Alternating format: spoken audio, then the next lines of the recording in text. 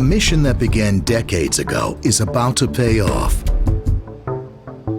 Push the F-150 to higher levels of performance and capability, but introduce new levels of efficiency by slashing weight. It meant a monumental investment in examining and testing the possibilities of new materials.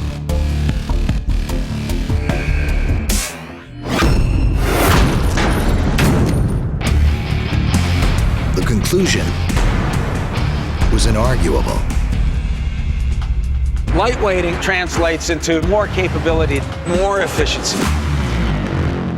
We've looked at a number of different scenarios, and aluminum was clearly the best material to take significant weight out of the vehicle. Long before we brought the engineers on, designing every component, we had already built prototypes. Nobody knew they were aluminum. As early as 2009, Ford secretly delivered aluminum-bodied F-150 pickups into the field in a blind truck test. It was at testing where we said, yeah, this is the right formula. This is it. The alliance of two metals forged a machine more efficient and more capable than ever before. These two elements are the ideal elements for the truck. The frame, the backbone of the truck is steel with an aluminum cab, aluminum front end, an aluminum box. Research folks said aluminum alloys can work, but we need to step it up.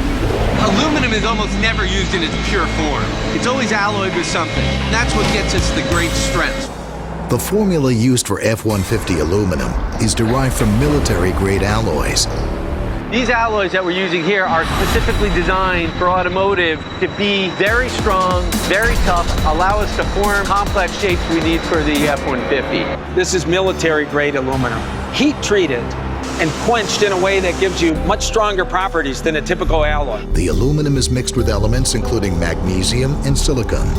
We're the cooks. We mix up all the ingredients, melt it down, cook it for the right amount of time, cast it. That block is heated back up. It's going to keep rolling it back and forth. Eventually, that'll be a big coil of aluminum. For the sheet metal, durability was the top priority. The steel foundation beneath it is also very specialized. There's more high-strength steel here than the outgoing frame. We're bringing in state-of-the-art roll forming. This frame starts as a flat sheet, and we ended up rolling into a box that enabled us to take weight out. The new materials require processes that are also cutting edge. We've developed technologies to mate two metals together. We e-coat all of the parts before they ever come in contact with each other.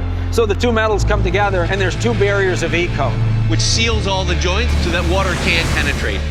The new techniques make the truck stronger. When you're riveting, you end up with a stiffer truck and a stiffer cab. I mean, by having a continuous joint, we can take a lot of weight out and get great strength and durability. But why Ford? Why now?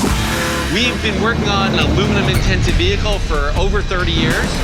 It's the right time for customer demand, the right amount of technologies in creating the alloys we need, how to join, how to form, and how to manufacture this vehicle. Taking weight out is the right thing to do. You're going to get improved efficiency. When you need to do the work, the engine, the powertrain, the drivetrain is there to haul and tow. There's no compromises. Next, you'll witness the new F-150 as it's punished by man and machine, trying to find the limit of its strength and durability.